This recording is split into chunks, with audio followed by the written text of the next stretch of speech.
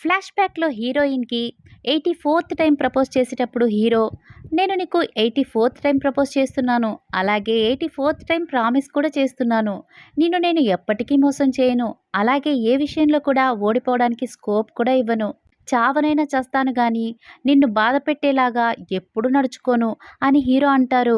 అందుకు హీరోయిన్, నువ్వు చావకూడదు, నువ్వు ఎప్పుడు నాతో హ్యాపీగా బ్రతకాలి, కానీ నువ్వు నన్ను ఎప్పుడైనా మోసం చేశావంటే డార్జిలింగ్ రివర్లో ప్రవహించే నీరులా నా కళ్ళ నుండి నీరు ప్రవహిస్తూనే ఉంటుంది, ఆ తర్వాత ఎన్నటికీ నేను నిన్ను క్షమించను, కనీసం నీ వైపు కూడా తిరిగి చూడను అని ఆవిడంటుంది. అలాంటి సిచ్యువేషన్ని నేను ఎప్పుడు తీసుకురాను అని హీరో అంటారు. దాంతో వాళ్ళిద్దరూ హక్ చేసుకుంటారు. ఆ విషయాన్ని గుర్తు చేస్తూ, నీతో నేను అన్నాను, నువ్వు నన్ను మోసం చేస్తే నేను నిన్ను తిరిగి చూడను, అలాగే ఎన్నటికీ క్షమించను అని ఆవిడ అంటూ ఉండగానే హీరో, నాకు అదంతా గుర్తుంది, కానీ నువ్వెందుకు ఇప్పుడు ఇవన్నీ మాట్లాడుతున్నావు అని అడుగుతారు.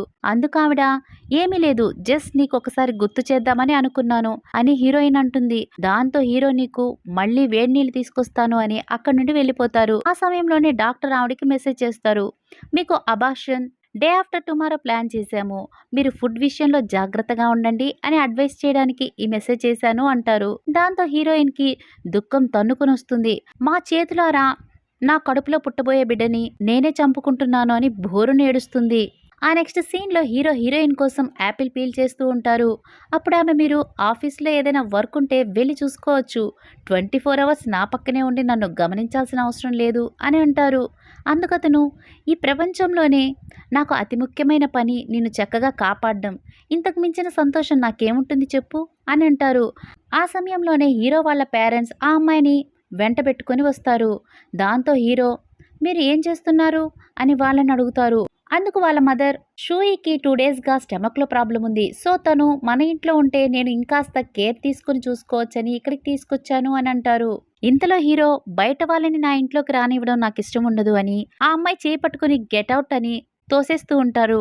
అప్పుడు హీరోయిన్, ఆమెను ఇక్కడే ఉండనివ్వండి, మీ వల్ల అయినంత వరకు బాగా ఆమెను చూసుకోండి అని అంటుంది. అందుకు హీరో, నువ్వెందుకు తప్పు చేయాలనుకుంటున్నావు అని హీరోయిన్తో అంటారు. అప్పుడు హీరోయిన్ తన మనసులో, నాకు చాలా గొప్ప ఉదారమైన చెల్లెల్ని అందించావు, ఇదే నాకు చాలా పెద్ద బాధగా ఉంది అని అనుకుంటూనే, రిలేటివ్స్గా ఈ మాత్రం మనం చేసుకోకపోతే ఎలా, ఉండనివ్వండి అని హీరోయిన్ అంటుంది. దాంతో ఆ అమ్మాయి, బయట వాళ్ళతో కలుపుగోలుగా ఉండడం నాకు చాలా ఇష్టం అని అంటుంది. ఈ విషయంలో మీరు జోక్యం చేసుకోవాల్సిన అవసరం లేదు అని హీరోయిన్ చెప్పి వెంటనే అక్కడి నుండి వెళ్ళిపోతుంది. ఆ తర్వాత అక్కడి నుండి హీరో కూడా వెళ్ళిపోవాలన్న సమయంలో ఆ అమ్మాయి అతని చేయి పట్టుకుని, 2 డేస్ నుండి నాకు కాల్ లిఫ్ట్ చేయట్లేదు, మెసేజ్ చేసినా రిప్లై లేదు, ఎందుకు ఇలా చేస్తున్నారు, నేను మన బాబు మిమ్మల్ని ఎంత మిస్ అవుతున్నామో తెలుసా అంటుంది. Thanks for watching.